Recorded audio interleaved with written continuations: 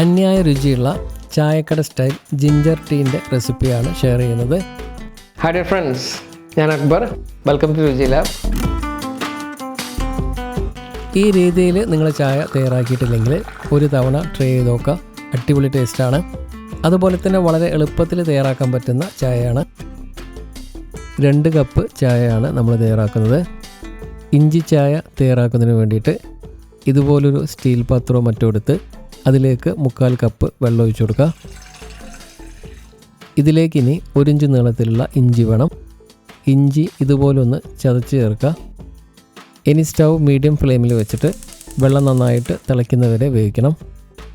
ഈ സമയം കൊണ്ട് ഇതിലേക്ക് നല്ല കട്ടിയുള്ള 1/4 കപ്പ് അളവിൽ പാല് തിളപ്പിച്ചെടുക്കണം.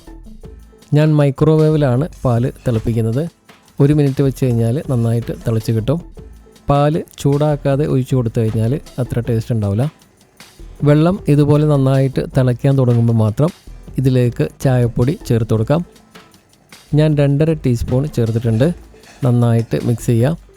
ഏതെങ്കിലും നല്ല ബ്രാൻഡിൻ്റെ ചായപ്പൊടി എടുക്കുക. ഞാൻ എടുത്തിട്ടുള്ള ബ്രാൻഡിൻ്റെ ഡീറ്റെയിൽസ് താഴെ കൊടുത്തിട്ടുണ്ട്. ഇതൊരു മീഡിയം സ്ട്രോങ് ടീ ആണ്.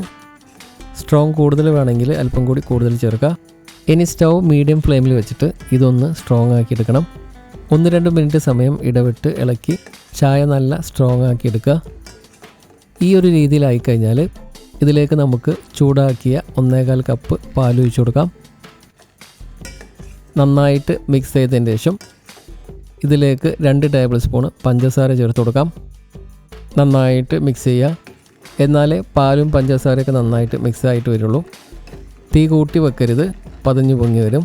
അവസാനം തീ ഒരു അല്പം കൂട്ടി വെച്ചിട്ട് ഒരു 10-15 സെക്കൻഡ് സമയം തുടർച്ചയായിട്ട് ഇളക്കി വേവിക്കുക. പതഞ്ഞ് പൊങ്ങി വരുമ്പം സ്റ്റൗ ഓഫ് ചെയ്തിട്ട് പെട്ടെന്ന് തന്നെ ചായ ഒന്ന് അരിപ്പ വെച്ച് അരിച്ചെടുക്കണം. ഇഞ്ചി ചേർത്തത് കൊണ്ട് കൂടുതൽ സമയം പാത്രത്തിൽ വെച്ച് കഴിഞ്ഞാൽ ടേസ്റ്റ് മാറും. ഇനി 2 തവണ ചായ ഒന്ന് അടിച്ചെടുക്കണം. എന്നാലേ അതിൻ്റെ കറക്റ്റ് ടേസ്റ്റ് കിട്ടുള്ളൂ.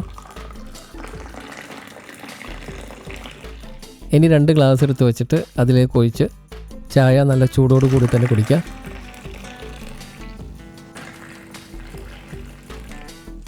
ഇതുപോലുള്ള ടേസ്റ്റ് റെസിപ്പികൾക്ക് വേണ്ടിയിട്ട് രുചി ലാബ് ചാനൽ സബ്സ്ക്രൈബ് ചെയ്യുക. അതുപോലെ തന്നെ വീഡിയോ ഇഷ്ടമായിട്ടുണ്ടെങ്കിൽ ഒന്ന് ലൈക്ക് ചെയ്യുക, മറ്റുള്ളവരിലേക്ക് ഷെയർ ചെയ്ത് കൊടുക്കുകയും ചെയ്യുക. നമ്മൾ മുമ്പ് ചെയ്ത നല്ല ഫീഡ്ബാക്ക് കിട്ടിയിട്ടുള്ള 1-2 റെസിപ്പികളാണിത്. ഈ ലിങ്കിൽ ക്ലിക്ക് ചെയ്ത് കാണാം. അപ്പോൾ നിങ്ങൾ ട്രൈ ചെയ്തിട്ട് ഫീഡ്ബാക്ക് കമൻറ്റിലൂടെ അറിയിക്കാൻ മറക്കരുത്.